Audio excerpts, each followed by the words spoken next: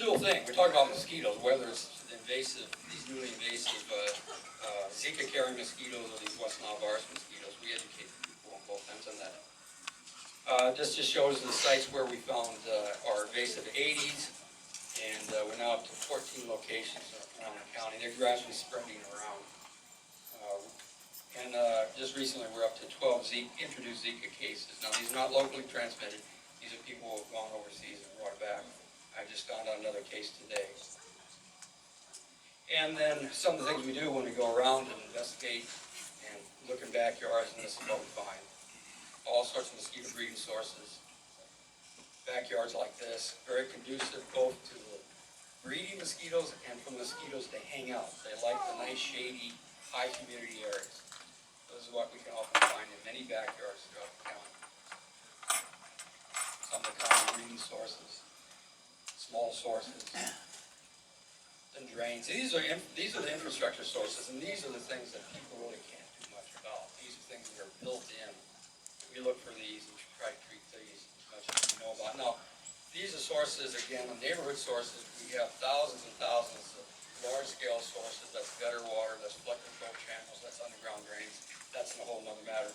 To the extent of what we're doing with, coming back to the theme, what are we doing? We have this strike team of investigators looking and seeing what we can do to educate the people and find mosquito breeding sources within the neighborhood, especially these high-risk neighborhoods which we've identified in the county over the years. Now, if the occasion presents itself on this with the level of mosquitoes, either invasive mosquitoes or West Nile virus mosquitoes, and with homeowner approval, we have done backpack applications of insecticide on the property. And again, every neighborhood, and this includes the extended trapping, setting up extra mosquito traps. And again, investigating these neighborhoods, we've gone out and posted signs, and I think many people are aware of the signage we put up around the county. And this is following, just a follow-up part of our investigation, make them aware of what's going on and what they can do. Give out these advisories too about these invasive mosquitoes as well. Variety of different literature we give out. JRD will take over for a moment and describe some of the things that have transpired in terms of our outreach. This is our radio campaign. Thank you. Yeah, I just want to go back to that number really quickly so that let that sink in. 45,000 backyards this season alone. That is in large part due to the additional funds that this body approved to put those extra resources in the neighborhoods where they're most impacted. And I want to describe that process a little bit more thoroughly. When our inspectors go to a property, that can be a 30 to 45-minute visit at that property, educating the homeowner top to bottom exactly what they have to do to maintain that property so that it won't breed mosquitoes today, but also into the indefinite future. And that includes going over all of our screening practices and dumping and draining.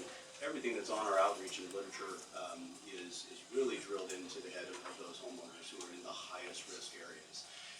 In addition, and I mentioned this at the last board meeting, we have pooled our funds with the Los Angeles County Region Vector Control agencies as well as LA County Health Department to launch, for the first time since 2005, a wide-scale LA media market purchase. So we have purchased several stations, and you can see the number of runs that each one of these ads will play throughout the course of the rest of the summer. In addition to a larger allocation of money for online digital ads that are paid placement ads. So in addition, where are we using those funds? We have mailed 31,000 West Nile virus alert. They're large format postcards. So these are the ones that it's a strategy that's utilized by a lot of realtors. They're oversized, so they stick out from all of the other junk mail materials, so they're much more likely to be seen and gathered by the public that we send them to. These are sent to, again, the most high-risk areas, the areas in which have multiple mosquito positives and or have human illness detected. We have worked with those cities, again, that are the highest risk and have the most indications to staff and have booths and talent booths and educational booths at their concerts in the park, their movies in the parks. And then we, again, but what do we, we're using that money money to pay for placement out in that news. So we were gonna do it, but we didn't wanna rely on the media being interested in our materials and, you know, when it was topical, and I wanted to be able to put that information in front of the eyes that need it the most. So we've never purchased media in non-English language publications. So you can see the list there of the Spanish publications that we're currently running ads and actually have been since June. And those will continue again throughout the summer months. Did you have a booth at the Orange County Fair this year? We did not. Unfortunately, we worked very hard with the Orange County board, the fair board, and we have members on there that were very supportive of getting us better placement in the fair. Unfortunately, they just simply were not able to accommodate a better place other than in an area in which it would be a wasted use of our resources and also our finances. It's very expensive for us to This is an staff imminent the public health severity crisis, and of they the couldn't get them. and the traffic we would have received from the space they offered us Right. was simply not acceptable. Yes, please. I think that the outreach to the Spanish community is admirable. Are we also placing ads in the Vietnamese newspapers as well? So that will begin to, I'll touch on that a little bit. I am working with media purchasing services right now who can do a better, basically a broader net purchase of the other languages as well. And we are currently under a translation for several of our pieces so that they are ready to be plugged in when those purchases are made. No problem. So that is very hard to read. These are the publications, broadcast, radio, print, that have gone out just since May. So there's been a lot of activity. As far as the radio ads, have any of those been on Spanish language stations? Correct, so those were translated in Spanish and Vietnamese, and so a lot of the spots that weren't listed up there were given for free on those stations as we bought a larger bundle. And that was the nice part about pooling our cash. We were able to get a better deal on that media purchase and a much broader reach as well. Our new website has launched just about a week and a half ago, so if you haven't gone on the new website, I highly encourage you to do so.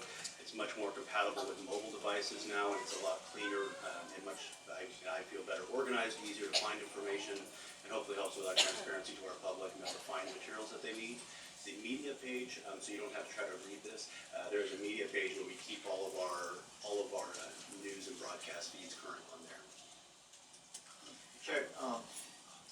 Saddleback College, South Orange County Community College District actually has their own radio station. Have you been on any of the other college things?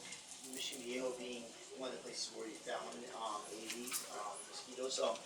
That would might be a good place for free communication through the college campus radio stations. So actually, Dr. Bernstein and I did an hour radio program at the city square. But we are working with the college district. They have taken our materials and distributed them widely throughout that campus. But great idea. I'd love to be able to speak in that radio station as well. I'll send you over the information. Just Mission Viejo being a hotbed right now. So, Absolutely. Jared, your neighborhood outreach where you're going door to door, what hours are you doing that? So those are our normal operating hours from 7 to 4:30. It was surprising how many homes we're able to get into even during those hours of operation. Do you know the percentage of how many homes? Well, St. Annie is today, it's 95%. Other areas is over 50%. It really depends upon the neighborhood. Is there any plan to expand that to off hours when you have a better chance of finding people at home for the weekend? Yeah, we've certainly discussed doing an augmented shift to wrap into the weekend hours as well. I know that's something that Larry and the staff have discussed. Okay. Is your TV interview that you just did was it with Fox? This is Fox Good Day Life. Yeah. Is that on the new website so that you did an excellent job with that, by the way. So I just wanted to make sure that is included with our new website. Absolutely, and don't forget the new newsletter is out. That's a weekly correspondence from the district that digests everything that we've done that week, all the media that's gone out, and everything that Bob's just presented, that is also consolidated in that newsletter. All of our upcoming events and outreach events and details of those are also on the newsletter. So please sign up for that if you haven't already. And that's for not only members of the board, but for members of the public. That is a great tool we feel to reach you with our information. Any other questions from the board? have one question, Cummings. You have indicated that approximately 4.1% of those infected eventually die. What is the percentage of people who experience those terrible neurological symptoms? Based on what we know, typically just one out of 100, 1 out of 150 get the neurological complications of people infected. So it's less than 1% most of the time. But remember, this is, a lot of people get infected, and it's matters of numbers, and these people are often disabled for the rest of their life. As you know, several people like that. Yes, 3 people that I know of in Fullerton. And they may not be able to enter the work world again after that, or they have some affliction that affects them. Mike?